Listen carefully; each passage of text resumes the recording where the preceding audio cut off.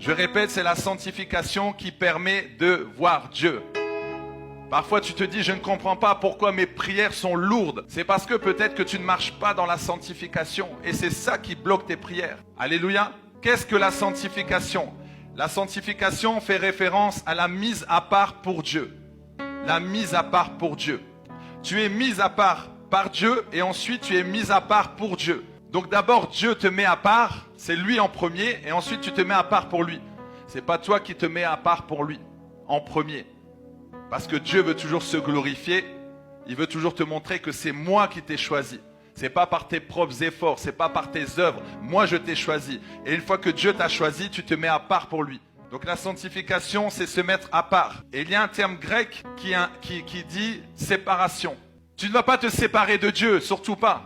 Tu vas te séparer de quoi? Du péché, tout simplement. Quand tu vas te séparer du péché, tu vas te rapprocher de Dieu. Mais si tu vois que tu t'es éloigné de Dieu, c'est parce que tu as un péché qui est encore avec toi et que tu le chéris chaque jour. La sanctification a deux niveaux, en fait. La sanctification a deux niveaux.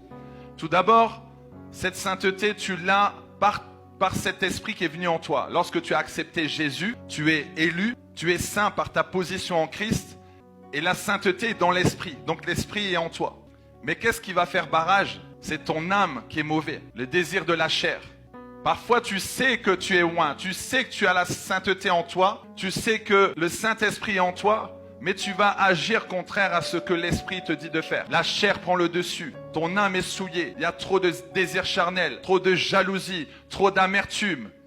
Et je te rappelle le verset de tout à l'heure, si tu ne l'as pas bien entendu. Les œuvres de la chair sont manifestes, ce sont l'impudicité, l'impureté, l'idolâtrie, la magie, les querelles, jalousie, animosité, disputes. Je vous dis d'avance, comme je l'ai déjà dit, ah oui, que ceux qui commettent de telles choses n'hériteront point le royaume de Dieu. Donc toi qui te mets toujours dans les disputes, arrête ça. Toi qui te mets toujours en colère, arrête ça.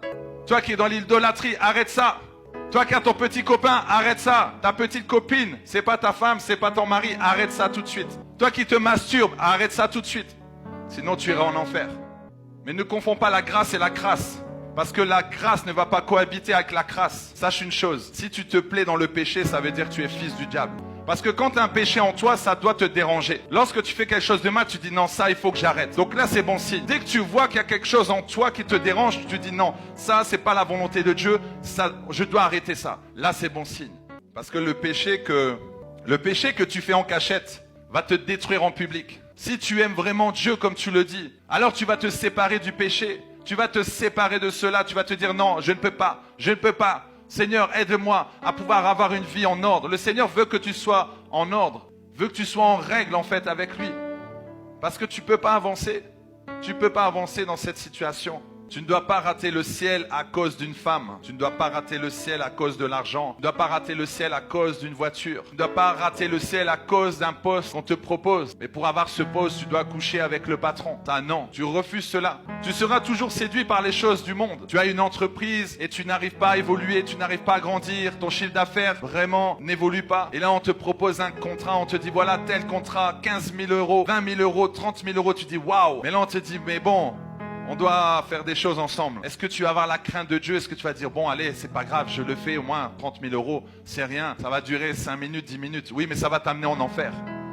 Ça va t'amener en enfer. Ce petit plaisir de 5-10 minutes, ça va t'amener en enfer. Tu dois en fait vraiment avoir cette intimité avec Dieu en disant, Seigneur, quand je pêche, montre-moi. Montre-moi. Quand je fais une erreur, montre-moi. Quand je fais quelque chose de mauvais, montre-moi. Alléluia, montre-moi. Et lorsque tu as ce péché-là qui est en toi, qui doit partir, tu dis, Seigneur, aide-moi et je te demande pardon. La seule chose, c'est demander pardon. Quand on dit se repentir, c'est-à-dire changer de mentalité, mais décider d'obéir à Dieu, décider de marcher dans sa volonté, c'est ça en fait. Donc tu te mets à genoux, tu dis, Seigneur, je te demande pardon. Je te demande pardon. Et Dieu est juste et fidèle pour te pardonner. Il va te pardonner. Mais il va te dire, ne retourne pas dans ce péché. C'est pas juste tu fais des bêtises et après tu te dis bon, ça y est, Dieu m'a pardonné, tu retournes dedans. Non, il faut que tu ne dois plus demeurer dans ce péché. À partir d'aujourd'hui, c'est terminé.